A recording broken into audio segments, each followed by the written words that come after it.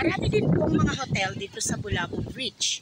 Isa dito ay ang Seven Stones. Kung makikita nyo po, may swimming pool po siya sa harap ng beach.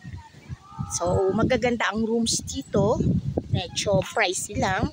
And marami din dito mga foreigners, sa totoo lang, na dito gusto magstay. Kasi ayaw nila doon sa ingay, doon sa Station 2 and Station 3 or Station 1. So, marami po dito mga flats kung saan welcome nila lahat ng nationalities. Okay?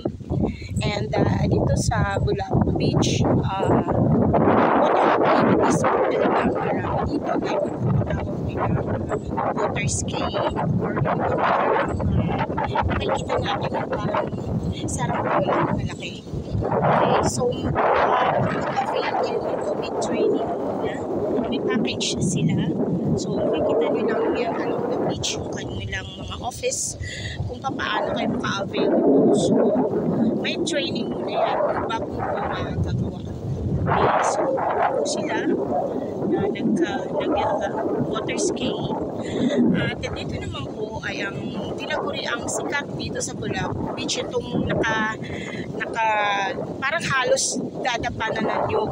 Saan na typical na magpapapicture ka talaga dyan as the symbolic of the Bulabog Beach. Okay, so friendly din po yung mga tao dito. Ayan, so may grupo ng family ata na nag-aantay kasi it takes turns to take pictures. Yung mga bata po dito marunong na rin mag-pictures, nag-aano sila, so pwede kayo magpa-picture. When you are in solo travel, hindi na po kayo mahihirapan kasi marami po dito magpo-volunteer na magpapapicture. Okay, so ganito po banda sa Bulabog Beach. Medyo marami po siyang seaweeds.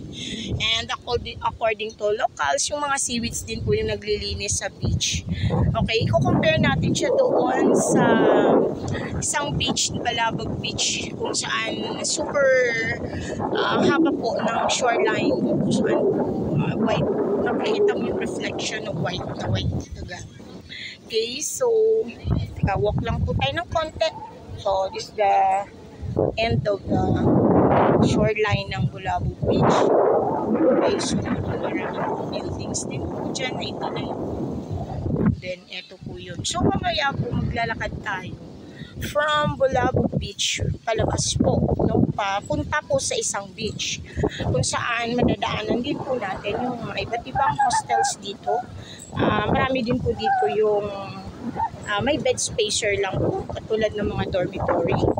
Ayan, marami din po naman dito naman for family and for groups. Pero yung sa akin po, kasi mag-isa ako nag-travel, ina-avail ko po yung dormitory para naman po safe ako. At medyo hindi naman po ako malungkot kasi marami po tayo sa isang kwarto. Although hindi naman po disturbing kasi iba-iba tayo ng activities. So minsan yung iba nasa labas. Okay po.